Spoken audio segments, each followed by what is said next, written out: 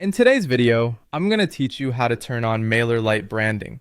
To get started, log into your Mailerlite account and make sure you're on the main dashboard.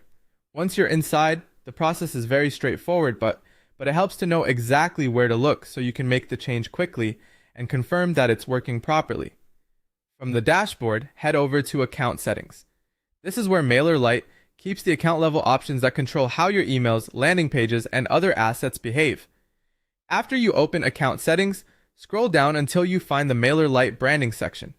Depending on your screen size, you may need to scroll a bit, so just take your time and look for that specific label. When you find the Mailerlite branding area, locate the branding toggle. This toggle controls whether Mailerlite's branding, such as its logo, appears on your content. If it's currently off, go ahead and switch the toggle on. This is the key step in the process, and once it's enabled, your account is set to display that branding where applicable.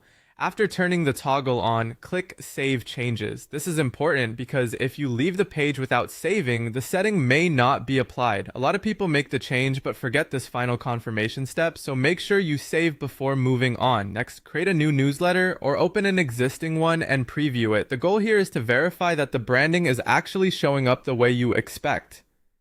In the preview, scroll all the way to the bottom of the email and check for the Mailerlite logo. That's the easiest way to confirm the setting has been successfully enabled.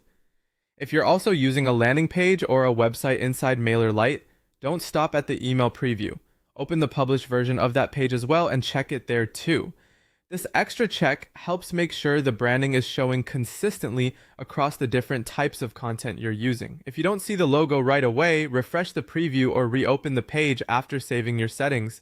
Sometimes it can take a moment for updates to reflect, especially if you're moving quickly between sections. And that's it. Once the toggle is on, the changes are saved, and you've confirmed the logo appears in your newsletter or published page, you've successfully turned on Mailerlite branding.